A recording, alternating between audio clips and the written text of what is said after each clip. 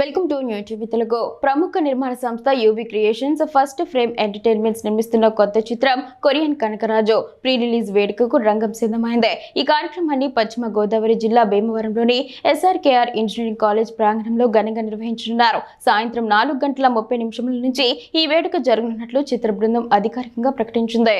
Korean Kanakaraju చిత్రానికి మేర్లపాక గాంధీ దర్శకత్వం వహిస్తుండగా రాజీవ్ రెడ్డి, సాయిబాబు జాగర్లమూడి నిర్మాతలుగా వ్యవహరిస్తున్నారు.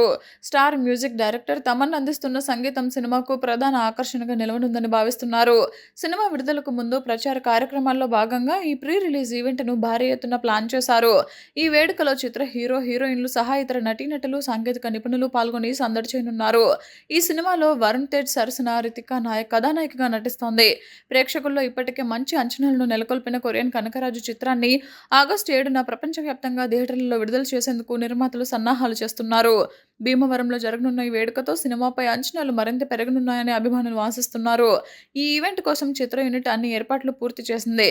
కాగా ఈ సినిమా ప్రీ రిలీజ్ వేడుకకు AP deputy CM Pawan Kalyan ముఖ్య అతిథిగా వస్తారని ప్రచారం జరుగుతోంది. దీనిపై అధికారిక ప్రకటన వెలువడాల్సి ఉంది.